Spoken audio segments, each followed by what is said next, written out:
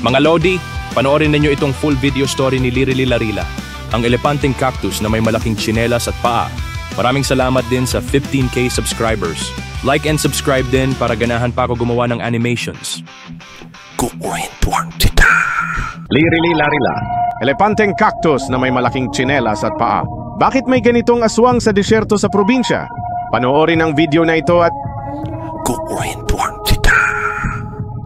Habibi, come to Dubai. Come to Dubai mo? Mukha mo! Hindi naman Dubai to eh. Sand dunes lang ito sa Ilocos Norte. Pasensya ka na, Habibi. Mahina kasi ang negosyo ko ngayon. Huwag ka mag-alala kapag naka 10 times ako sa scatter. Dadalhin na kita sa Dubai. Break na tayo, Abdul Jakur. Hindi naman talaga kita mahal. Kaya lang ako pumayag na maging jowa mo. Ay dahil sa akala ko marami kang pera. Paalam, Abdul Jakur. Maghahanap na lang ako ng afam. Habibi, come back! Lubos na nasaktan si Abdul Jakur hanggang sa nakita niya akong si Chimpanzini Bananini at ang maganda at sexy na misteryosang babaeng si Janine. Bossing! Mukha kang malungkot. Anong problema? Iniwan ako ng jowa ko. Hindi na niya ako mahal. Baka may maitulong kami sa iyo, bossing. Hindi mo na maitatanong. Ang babaeng kasama ko ay may kapangyarihan na ibigay sa iyo ang gusto ng iyong puso. Totoo ba yan? Sige! Ang gusto ko ay magkaroon ako ng malaki at mahabang kargada at maging matinik sa mga chicks. Kaya kong gumawa ng mga bagong aswang gamit itong mahiwagang salamin. Salamin. Ha?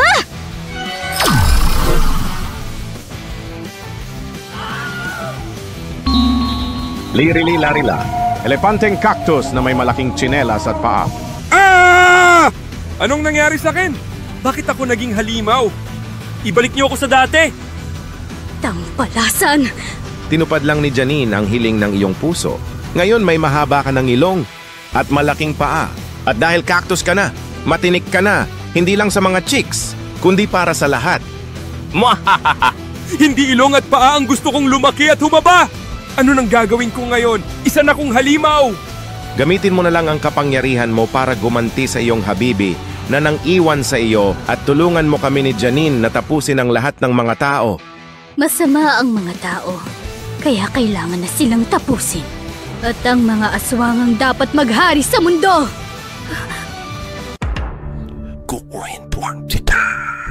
Si Boss G ay isang gwapong milyonaryo na aswang master at seller.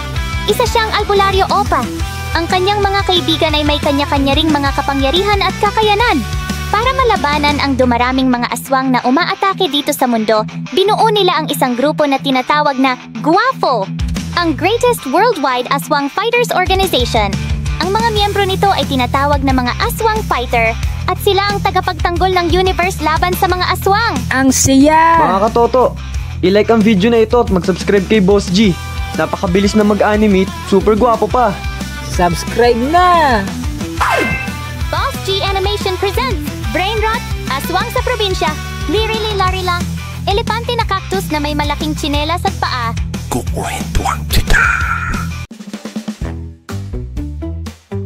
Toto, eto na ang order mong Dubai chocolate. Ito naman ang order mo na matcha milk tea. Salamat mga alipin. Pakitabi na lang dyan. At may meriendahin namin yan ni Jayban mamaya habang naglalaro kami ng Grow a Garden. Ang sarap! Masarap talaga tong Dubai chocolate. Kaya nga ito trending ngayon eh. Sana ma-enjoy nyo. Naubos nga ang allowance ko sa pagbili nito eh. Ako nga, ipinangutang ko pa itong matcha milk tea na ito eh. Sobra ka na, Toto! Masyado mo na kaming inalipin. Kasalanan mo yan. Hinamon mo kasi ako ng papugian. Kailangan ko pa ba ipaalala sa'yo ang ating mga pogi points?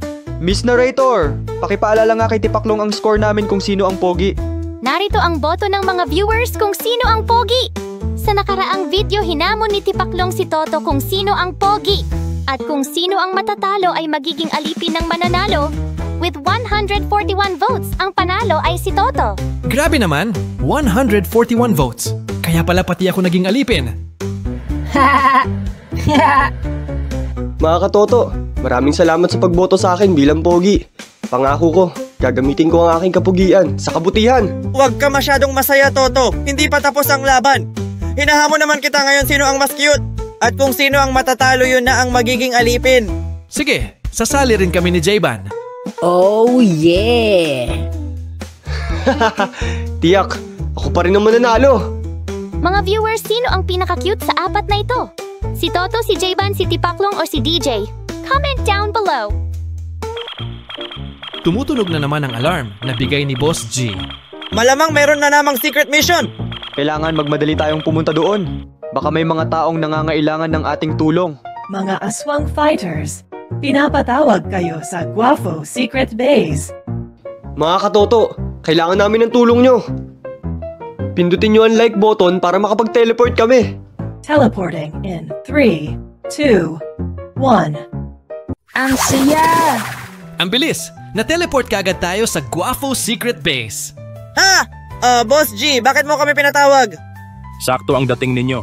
Ngayong kompleto na tayo, panoorin muna ninyo itong balita bago ipaliwanag ni Lolo Busting ang ating mission. Masamang balita, isang elepante na cactus na may malaking tsinelas at paa.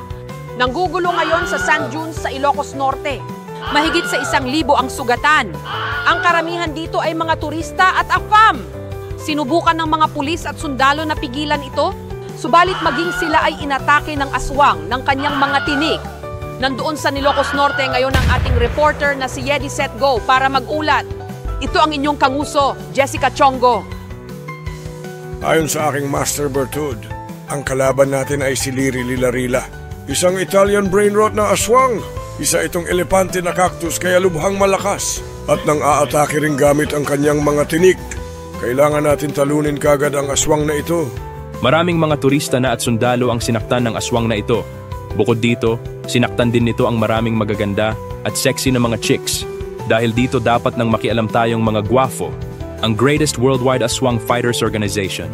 Ang mission natin ay tapusin at hulihin si Liri Larila at iligtas ang magaganda at sexy na mga chicks. Ang gwapo mo talaga, Boss G. Boss G, mahal na ata kita. Sige, Boss G. Gawin na natin ang secret mission. Let's go!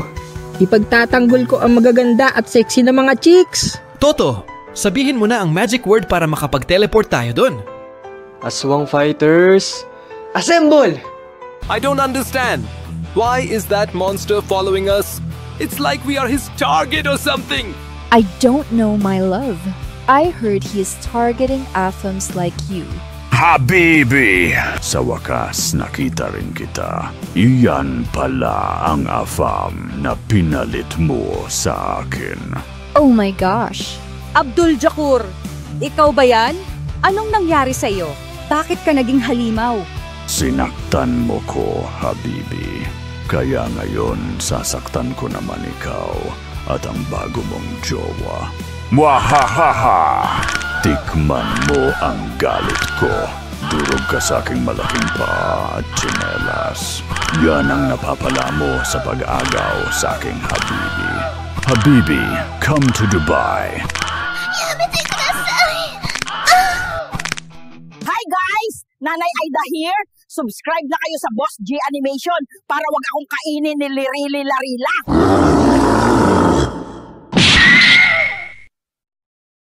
Ito po si Yedi Set Go mula sa GMA News. Nag-uulat. Hello, Miss Yeti. Long time no see. I missed you. Boss G. Halika nga dito. Sayong-sayo na ko, gawin mo sa'kin lahat ng gusto. Master, conflict mo, aswangin mo na ako. Sana all. Sana paglaki ko, maging gwapo at mabilis din ako sa chicks, gaya ni Boss G. Sana all talaga. Sana all may maganda at sexy na reporter na chicks. Ang bilis talaga ni Boss G. Dati in-interview lang siya ng reporter na si Yedi Set Go. Ngayon naman parang sila na kagad. Sana magkaroon din ako ng maganda at sexy na reporter na chicks. Asa ka pa, Tipaklong? Pangit ka na nga, wala ka pang pera. Hindi lang milagro at himala ang kailangan mo para mangyari yun. Kailangan mo rin ng kababalaghan.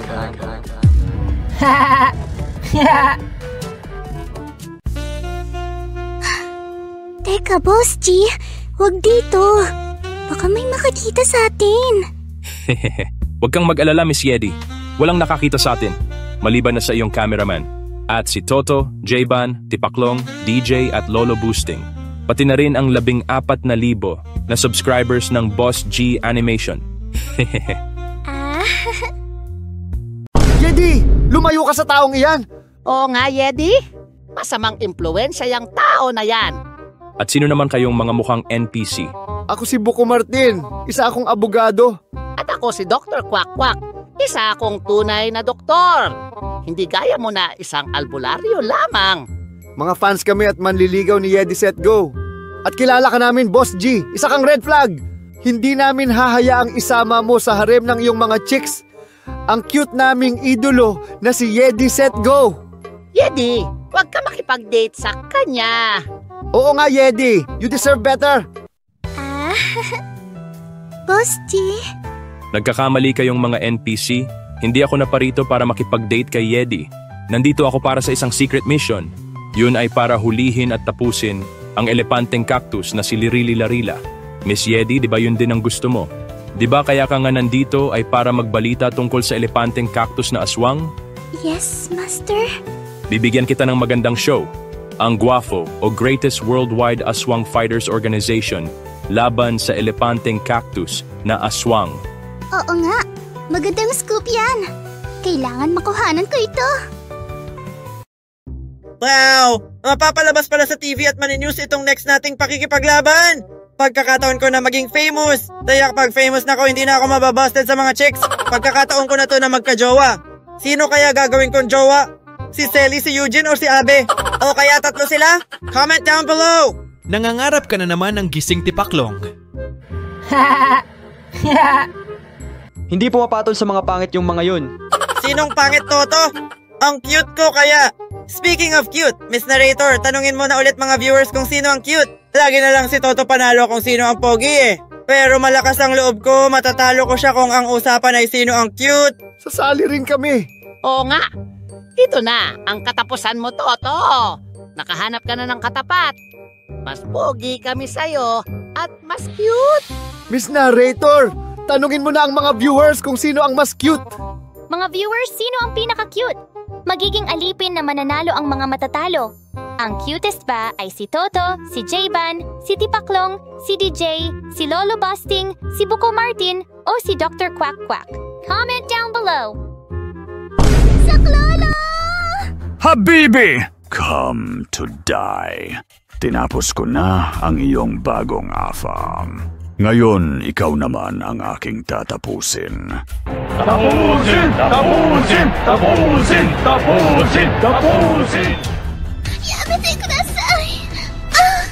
Biglang dumating si Lirilarila sa lugar kung nasaan sila Boss G.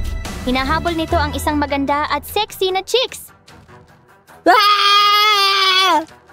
Sa di inaasahang pangyayari, nabangga at natapakan ng elepanteng cactus na aswang na si Lirilarila, sila Dr. Quack Quack at Buko Martin. Kawawa naman. Hahaha, ang bumangga sa akin. Diba? Harang-harang kasi kayo sa akin, Dad. Yan tuloy ang napapala nyo. Hehehe, ang dapat sa inyo ay tapusin. Tapusin! Tapusin! Tapusin! Tapusin! Tapusin! Wag amin ako bago ako mawala. Hindi naman talaga. Kami doktor at lawyer. Ang totoo ay mga tambay lang kami. At Brokey, paalam, Yedi. Ha ha ha ha! Miss Beautiful. Wala naman palang kwenta tong mga tagahanga mo. Akin ka na lang. Malaki ang aking pa at mahaba ang aking ilong. Tutusok-tusukin kita ng aking mga tinik. At ikaw ang magiging bago kong Habibi! Mwahahahaha! Boss G! Diyan ka nagkamali, Lirilarila. Wala akong pake kahit tapakan mo pa ang mga afam at siyang dalawang Brokey na yan. Pero ang di ko mapapatawad ay tinakot mo ang maganda at sexy na chicks na si Miss Yedi Set Go. Ako si Boss G, ang tagapagtanggol ng magaganda at sexy na mga chicks. At nakita ko na ang iyong kahinaan. Hindi ka pwedeng suntukin at sipain dahil matinik ang iyong katawan. Kaya di pwedeng gamitin sa'yo ang blazing punch ni Toto. Ang dapat lumaban sa'yo ay ang may matigas na armor gaya ni J-Ban. J-Ban, I choose you. Gamitin mo ang mutya ng Osus. Mutya ng suso!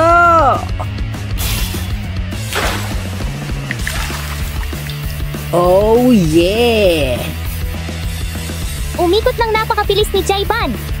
Snail Storm!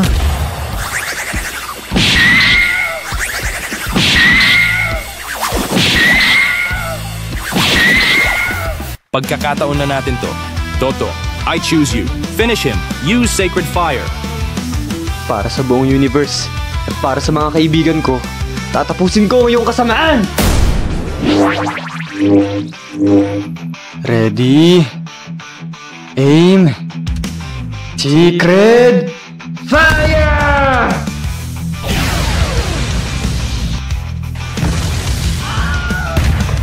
Lirili-larila. Elepanteng cactus na balina ang paa. Makulong sa aswang ball bagay sa kanya.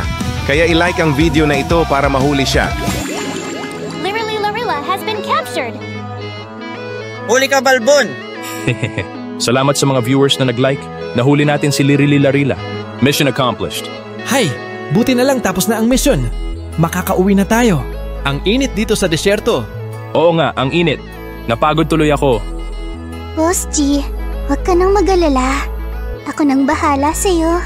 Papaligayahin kita. Tara, Yedi. Umuwi na tayo at... Kukwentwak kita. Yes, Master. Sana all. Maraming salamat sa panonood. Kung nagustuhan nyo ang ating video, mag-like and subscribe na kayo. Kung gusto ninyo malaman kung bakit hinuhuli ng mga aswang fighters ang mga brainrot na aswang, panoorin nyo itong full movie sa kanan na Shokoy kontra Brainrot na Aswang.